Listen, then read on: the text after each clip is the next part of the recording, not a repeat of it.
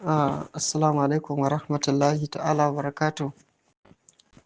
A halin wannan gida namu mai albarka, gida na Rufa'i Futuhi, mai magana naku Asedi Rufa'i Yola Najeriya, almajirin Malam Muhammadu Majiri Maiduguri, na Baba Futuhi lamunin Ahmad Yarwa. Nake miƙa ziyarata da gaisuwata da fatan alkhairi ga dukkanin 'yan uwa masoya Allah, masoya manzon Allah sallallahu alaihi wasallama. Da fatan dukkanin 'yan uwa masoya da abokan arziki suna halin lafiya kamar yadda ni ma nake lafiya. Allah ya sa haka, amin. Alhamdulillahi tabarakallahu wa ta'ala, muna masu ba wa 'yan uwa haƙuri duba da kwanaki da muka ɗauka ba a je mu ba, sungulloli ne da uzurruka suka yi yawa. To amma dai muna neman abubuwa wajen 'yan uwa, lafiyar mu kalau cikin aminci, kamar yadda muka ɗauko wato baku surruka na yasin kala daban-daban, wadda alhamdulillahi ba alkawari muka yi ba amma mun yi niyya za mu kawo muku surruka na yasin kala daban-daban, wato guda 50 insha Allahu tabarakallahu wa ta'ala, wadda ina tunanin mun kawo muku surrukan yasin kala daban-daban a yanzu dai na ga sun kai kwaya 25 zuwa da 6 ko da 7, duk da dai ba lissafin muke riƙewa ba. To muna da yasin da yawa a gabanmu wadda muke so mu kawo muku, lokaci kuma yakan mana nauyi. To yau dai insha Allahu za mu kawo muku sirrin yasin, wato yasin mai da tsohuwa yarinya. Shi ne lakabin wannan sirri namu na yau, yasin mai da tsohuwa yarinya.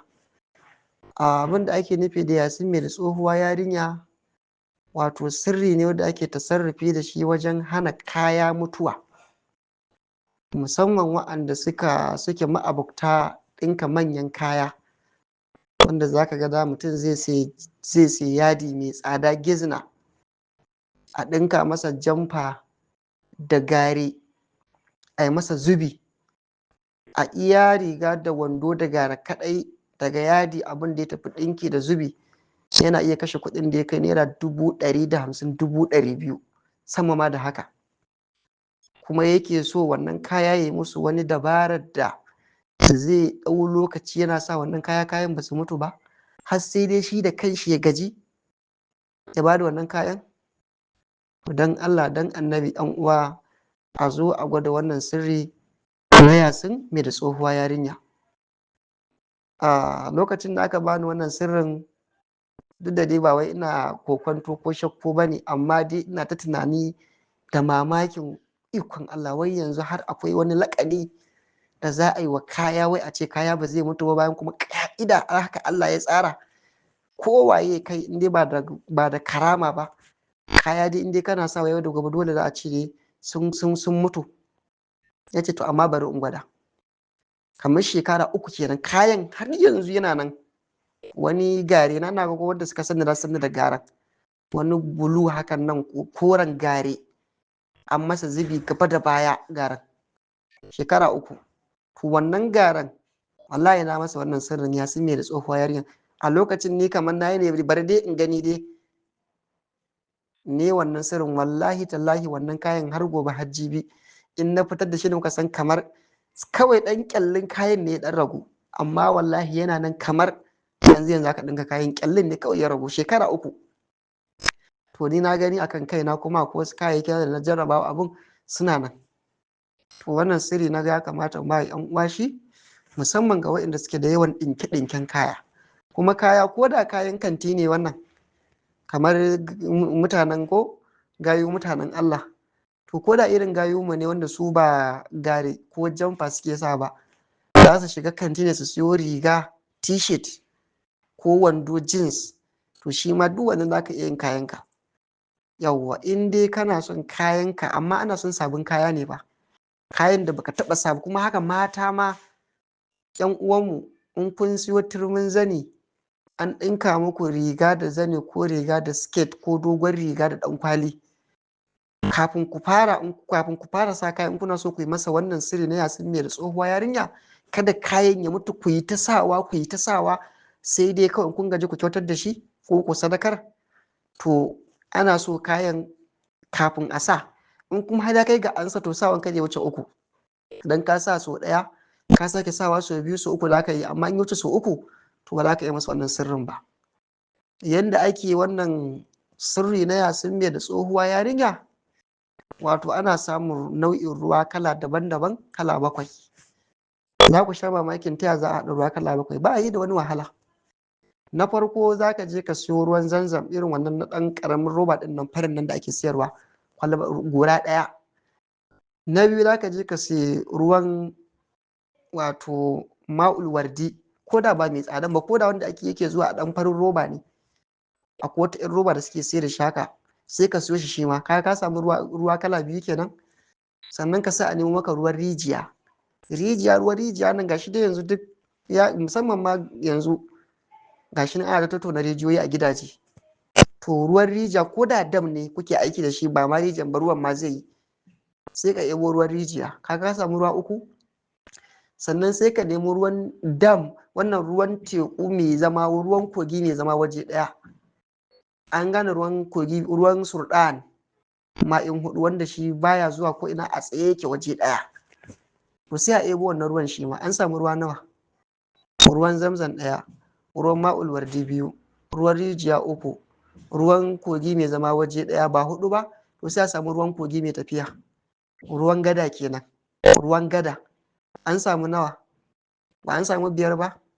Yanzu damuna ne, sai a samu ruwan sama, in kuka haɗa nawa ba 6 ba. Sai a samu ruwan famfo wannan dai famfo wannan, ko kuma ruwan burtsatsen irin ruwan bohol ɗin nan, ko bohol ko famfo, ruwa 7 ba ya haɗu ba. To ku gaya wanda zai wahala, ruwan sama ne zai wahala, ko ruwan rijiya, ko ruwan kogi mai tafiya, ko ruwan zanzam, ko ma'ul wardi? To wanne ne zai wahala? Ruwan da zai dan bada wahala shine ruwa mai zama waje ɗaya. Shi ma yanzu inda mutum yana shiga bayan gari hakan nan, gashi nan ana samun shi, ruwan gulbi haka, ko ruwan tafki, ko kuma wani ruwa dai na fadama haka, sai a ebo shi.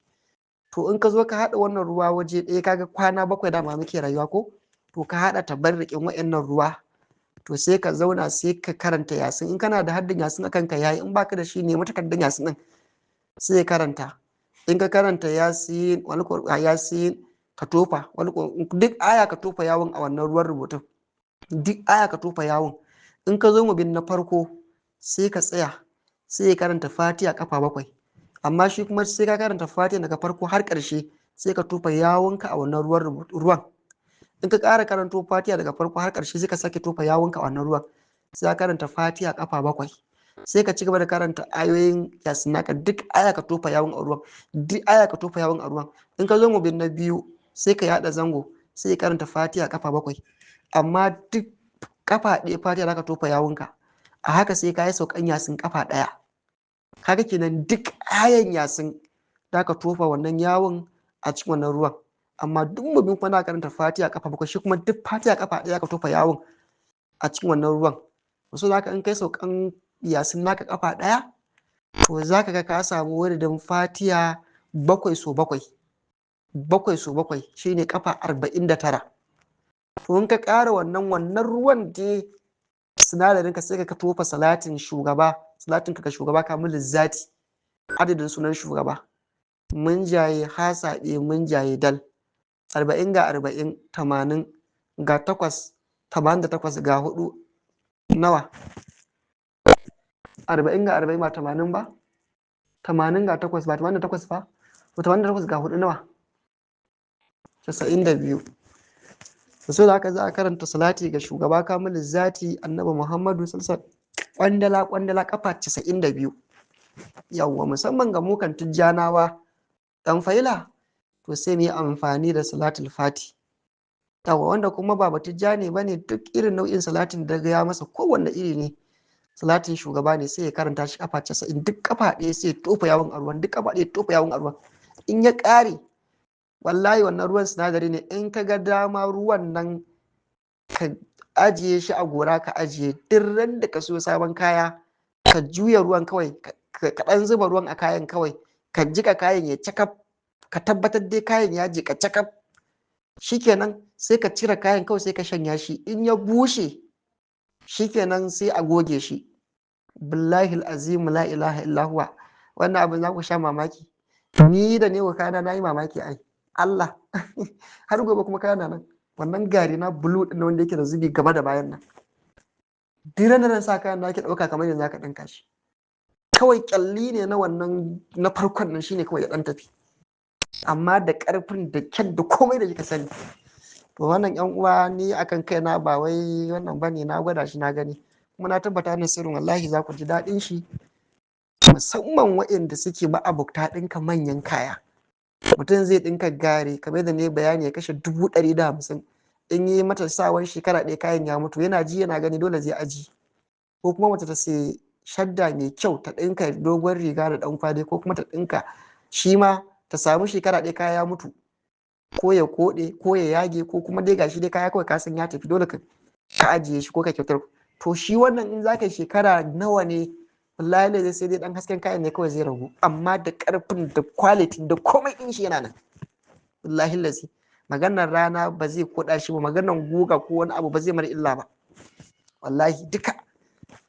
Saboda haka yan wakon jiyan da ake, saboda haka in aka samu wannan ruwa kala 7 aka za a karanta yasin kafa 1 tak, duk aya da a tofa yawon a cikin wannan ruwan. Sannan duk mubin kuma za a karanta fatiha kafa 7, in ka kare za a karanta salatin annabi kafa 92, duk kafa 1 ka tofa yawon a ruwan. In ka gama ya zama sinadari, in ka ga dama kai niyya, in ka ga dama kar kai niyya ma kawai. Allah ya riga ya san sirrin na me kai shi, amma dai saboda ka'ida ta shari'a sai kai niyya. Allah na yi niyyar tasarrufi da wannan ruwan rubutu domin yi wa kayana dafa'i da sirrin yasin, da sirrin salati ga shugaba, da kuma sirrin fatihatul kitabi. Wannan kaya na Allah ka tsare min shi, ka kare min shi, in ta sa shi kar ya mutu Allah.